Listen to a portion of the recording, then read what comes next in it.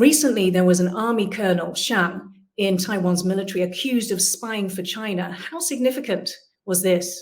I would say, like, operationally speaking, it has certain significance, especially comparing with other cases, because he is not just a colonel, but his position is with the Operational Development Office under Doctrine Command in the infantry school.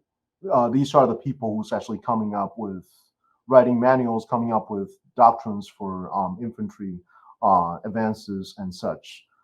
And so this is problematic in many ways.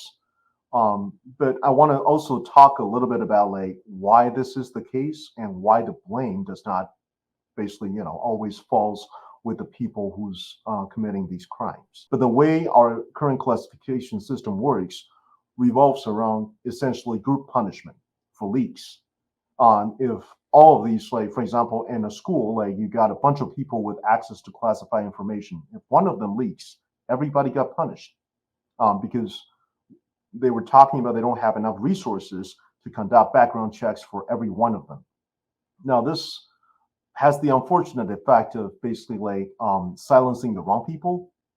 This people who wants the system to be better, they want to reflect this, and they're silenced because even information that's tangentially related might be used to punish the group. So they can hide behind, the guilty can hide behind the innocent, essentially. Exactly. Yes.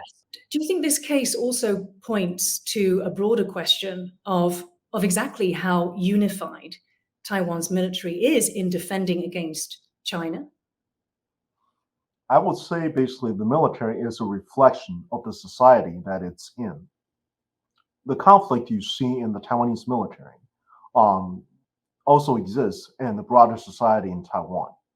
So this is a much larger conversation. So it's a microcosm, reflection of wider society. So what's the solution to this for Taiwan at this very critical point where we are facing the threat of China seeking to annex Taiwan? The solution is basically for the Taiwanese people to realize what the Chinese Communist Party actually represents, how they run their society. I think there's a very dangerous propensity to think that we understand the Chinese more than almost everyone else because we share the same language. But we don't. We don't speak, we don't do party speak. We don't understand what the Chinese Communist Party means through their doctrines, through their books, through their papers. We just think we actually understand what they're saying.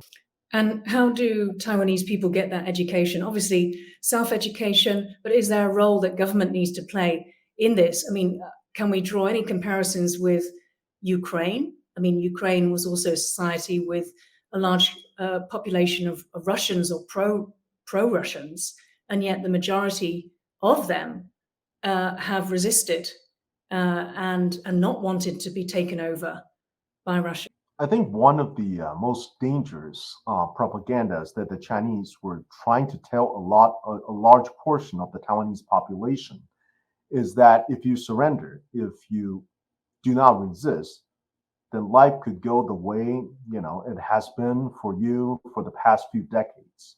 That is a flat out lie. That's never going to happen. I don't think enough people actually spent the effort to paint a picture of, for example, what a post-invasion Taiwan would look like, even under the best of circumstances.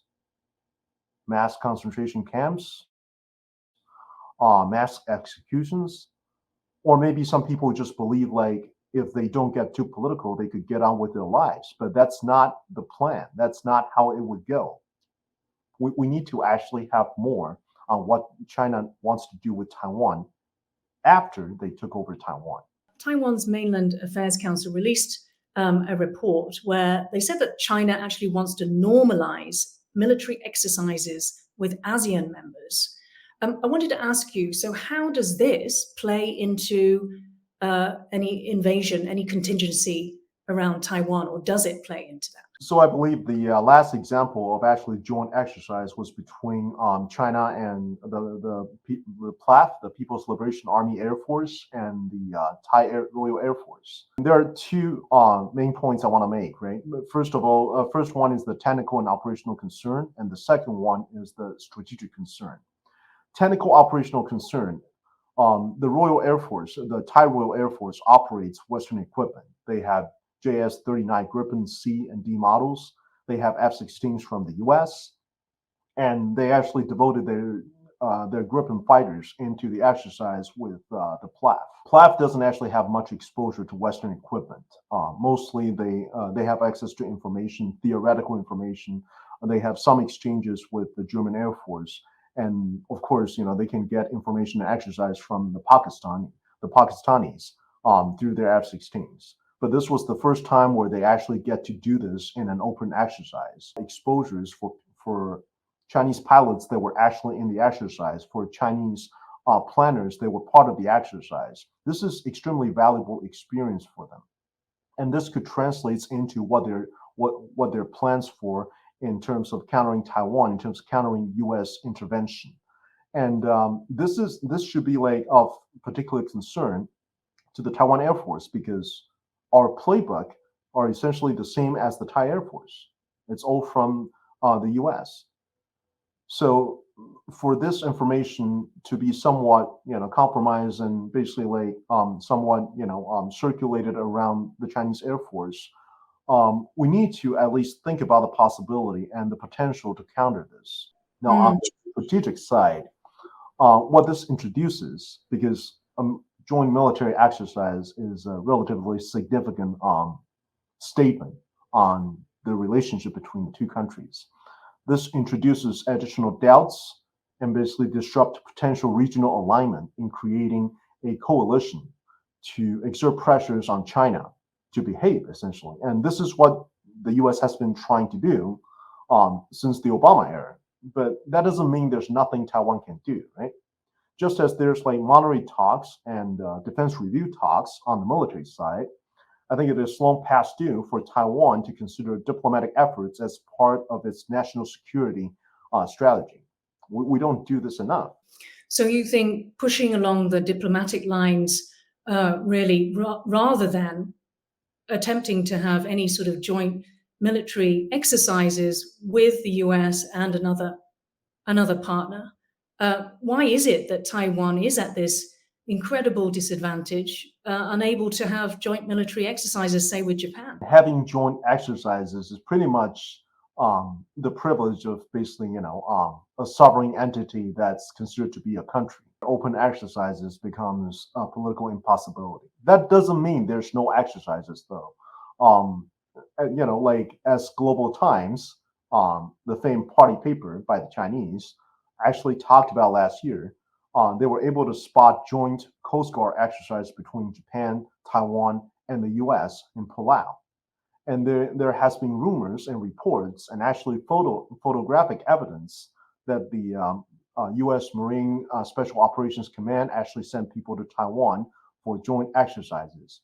Now, these small scale, like working level exercises, I basically see them as a way to signal to China that there is intention, there's credibility, and there's capability behind the U.S. deterrence posture in terms of defending Taiwan.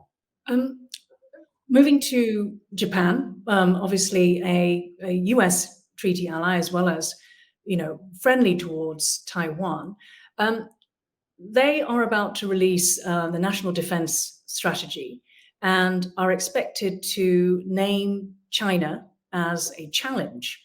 How do you think this might play into sort of allies being drawn together to counter the threat of China in terms of a Taiwan invasion? Japan suffers from the same problem as everybody else, right? They can't recognize Taiwan as a country. They cannot have formal relations with the Taiwanese military. But what I'm proposing is that anything that can be done needs to go through the U.S. because, of course, U.S.-Japan is a treaty ally. And if U.S. were to be serious in establishing any sort of contingency plans involving Taiwan, it behooves Japan to actually think about what role they might play. There are basic procedures such as communication protocols, what sort of communication abbreviation terms that we each other uses, what sort of channels we regularly uses. This kind of working level stuff, this kind of working level understanding could go a long way toward establishing trust on the working level. Kitsch Liao from the Atlantic Council, thank you so much for joining Taiwan Talks today. Thank you. It's a pleasure to be here.